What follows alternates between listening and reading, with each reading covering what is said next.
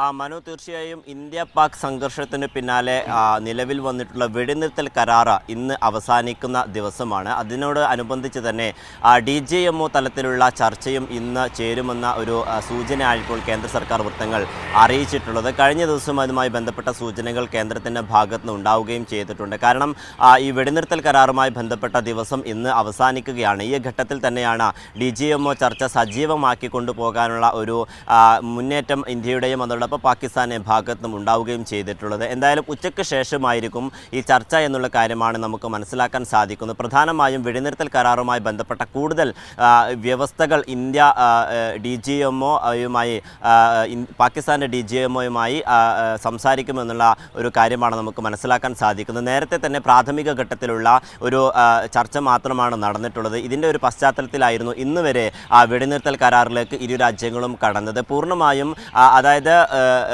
സ്ഥിരമായിട്ടുള്ള ഒരു വെടിനിർത്തൽ കരാറിലേക്ക് എത്തുക എന്നുള്ളതാണ് ഇന്ത്യയുടെ പരമപ്രധാനമായിട്ടുള്ള ലക്ഷ്യം. അതിന് കൃത്യമായിട്ടുള്ള ചില ഉടമ്പടികളടക്കം മുന്നോട്ട് വെച്ചുകൊണ്ട് തന്നെ ആയിരിക്കും ഇന്ത്യയുടെ ഒരു നീക്കം എന്നുള്ളതാണ് നമുക്ക് മനസ്സിലാക്കാൻ സാധിക്കുന്നത്. എന്തായാലും ഇന്ന് DGMOയുടെ ചർച്ച നടക്കുന്ന പശ്ചാത്തലത്തിൽ ഒരു പക്ഷേ നിർണായകമായിട്ടുള്ള യോഗം ഇന്ന് ദില്ലിയിൽ ചേരാനുള്ള സാധ്യത കൂടി നമ്മൾ മനസ്സിലാക്കുകയാണ്. നേരത്തെ തന്നെ അത്തരത്തിലുള്ള യോഗങ്ങൾ ചേരുകയും ചെയ്തിട്ടുണ്ട്. പ്രധാനമന്ത്രിയുടെയും അതോടൊപ്പം പ്രതിരോധ മന്ത്രി രാജ്നാഥ് സിംഗിൻ്റെയും സേനാ മേധാവികളുടെയും നേതൃത്വത്തിൽ തന്നെ ആയിരിക്കണം അത്തരത്തിലൊരു യോഗമുണ്ടാവുക. അതോടൊപ്പം ദേശീയ സുരക്ഷാ ഉപദേഷ്ടാവ് അജിത് ഡോവലും ഈ യോഗത്തിൽ പങ്കെടുത്തേക്കുമെന്നാണ് നമുക്ക് മനസ്സിലാക്കാൻ സാധിക്കുന്നത്. എന്തായാലും ഈ യോഗത്തിന് ശേഷം തന്നെ ആയിരിക്കും DGMOയുമായിട്ടുള്ള ചർച്ചയുണ്ടാവുക എന്നുള്ളതാണ് നമുക്ക് ലഭ്യമാകുന്ന സൂചനകൾ. പ്രധാനമായും സിന്ധു നദീജല കരാർ അടക്കമുള്ള കാര്യങ്ങളിൽ ഒരു അയവ് വേണമെന്നുള്ള ഒരു നിർദ്ദേശം ഇപ്പോൾ പാകിസ്ഥാൻ്റെ ഭാഗത്തു നിന്ന് ഉണ്ടാവുകയും ചെയ്തിട്ടുണ്ട്. എന്നാൽ സിന്ധു നദീജല കരാറിൽ മുന്നോട്ട് പോകുമെന്നുള്ള ഒരു നിലപാടിൽ തന്നെയാണ് ഇന്ത്യ കടന്നിരിക്കുന്നത്. ഇപ്പോഴും വിവിധ മേഖലകളിൽ തുറന്നുവിട്ടിട്ടുള്ള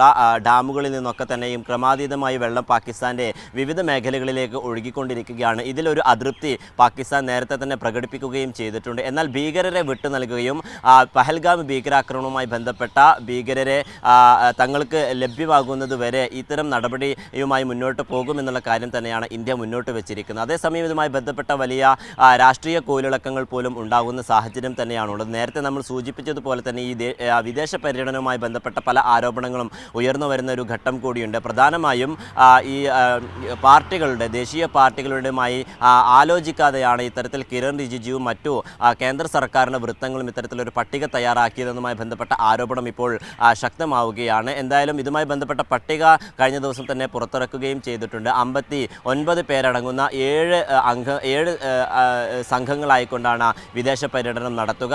CPIMനെ പ്രതിനിധീകരിച്ചുകൊണ്ട് ഡോക്ടർ ജോൺ ബ്രിട്ടാസ് MP അടക്കം പങ്കെടുക്കും. അത്തരത്തിൽ വിവിധ രാഷ്ട്രീയ പാർട്ടികളുടെയും പ്രതിപക്ഷ നേതാക്കളൊക്കെ തന്നെയും ഒരുമിച്ചാണ് വിവിധ രാജ്യങ്ങളിലേക്ക് ഈ വിദേശ പര്യടനം നടത്തുന്നത്. ഭീകരതയിൽ അല്ലെങ്കിൽ ഭീകരവാദത്തിൽ പാകിസ്ഥാൻ്റെ ഒരു പങ്ക് മറ്റു രാജ്യങ്ങളുമായി പങ്കുവെക്കുകയും അതോടൊപ്പം ഓപ്പറേഷൻ സിന്ധൂറുമായി ബന്ധപ്പെട്ട ഇന്ത്യ എടുത്തിട്ടുള്ള നടപടികളും അതോടൊപ്പം ഭീകരതയ്ക്കെതിരെ ഇന്ത്യ കൈക്കൊണ്ടിട്ടുള്ള നടപടികൾ എന്തൊക്കെയാണ് എന്നുള്ള കാര്യങ്ങളും കൃത്യമായി തന്നെ ഈ രാജ്യങ്ങളുമായി ഈ MP-മാരൊക്കെ തന്നെയും പങ്കുവെക്കുമെന്നാണ് വിലയിരുത്തുന്നത്. എന്തായാലും ഇന്ന് ഉച്ചയ്ക്ക് ശേഷമായിരിക്കും DGMOമാരുടെ യോഗം ചേരുക. സിന്ധു നദീജല കരാറുമായി ബന്ധപ്പെട്ട വിവിധ വിഷയങ്ങളിൽ ഇന്ന് ഉണ്ടായേക്കും.